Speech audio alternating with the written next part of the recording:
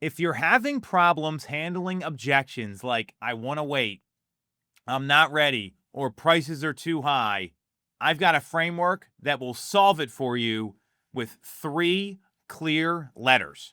If you get some value out of this or you like what you hear, make sure to subscribe to the channel, hit the bell for notifications. And if you want to schedule a call with our team, you can do that with the link in the comments to get coaching like this on a regular basis. Objection handling stresses people out. What most agents do, they get an objection, they say, okay, thanks for letting me know, and hang up the phone. If they're even making phone calls, which is a whole nother story.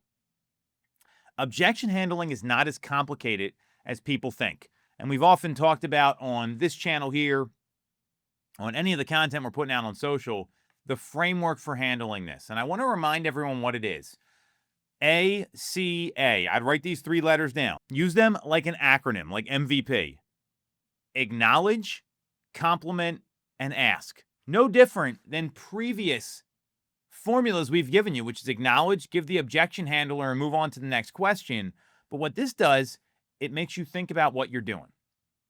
Because sometimes you don't need to handle the objection. You need to find out what the motivation is. If these people are really serious about buying or selling, what's their pain point? The more information you get, the better off you're going to be. So the acknowledgement starts out very simply. Hey, I hear you. That totally makes sense. I understand where you're coming from.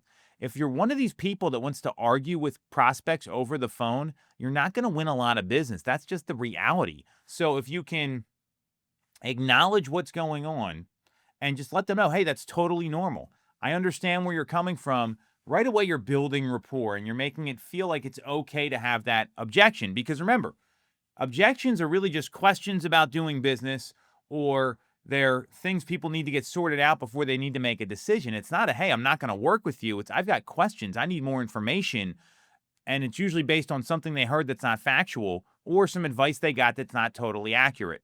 So you want to acknowledge this first. Then you want to compliment. That's a really smart opinion to have. Or that makes a lot of sense.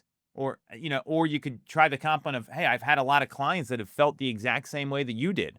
What you're doing is you're complimenting them on their thinking. I like that's smart. That makes sense. You want to do something that's going to make these people feel good. Hey, that's a smart opinion to have, is a great example. So you list all your different compliments out, right? There's a whole bunch of them. And then you ask. You want to ask the next question. You want to ask about what they're trying to really figure out. So let's give you an example. Someone says, I'm waiting for prices to come down. Hey, totally makes sense. That would be a smart move to wait for prices to come down, because it's going to lower your acquisition cost. So tell me a little bit more what you understand about the market. And so you're asking a question that gets them talking, instead of saying, hey, you're wrong, because we know that most places we're seeing, at least in the greater Philadelphia area, we're seeing prices are projected to rise. NAR just came out with a prediction that prices are going to be up 4% year over year. So we know that may be wrong, but you're not going to get very far. And I make these phone calls every single day where we're calling people whose homes come off the market. They talk to other agents. And the mistake I see people make is they get super aggressive instead of empathizing with folks, instead of working through the objections in a way that's going to make sense. Another example could be, hey, I want to talk to the listing agent, right? This happens all the time.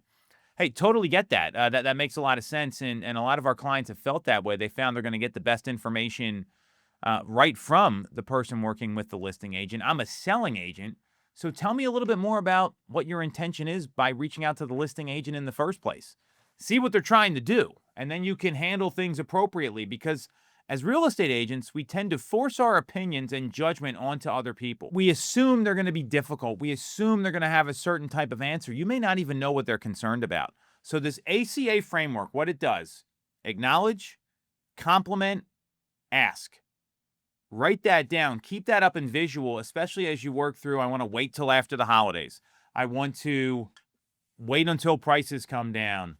I'm just not ready, right? I'm waiting. Waiting is like the most common objection that we get in a lot of cases.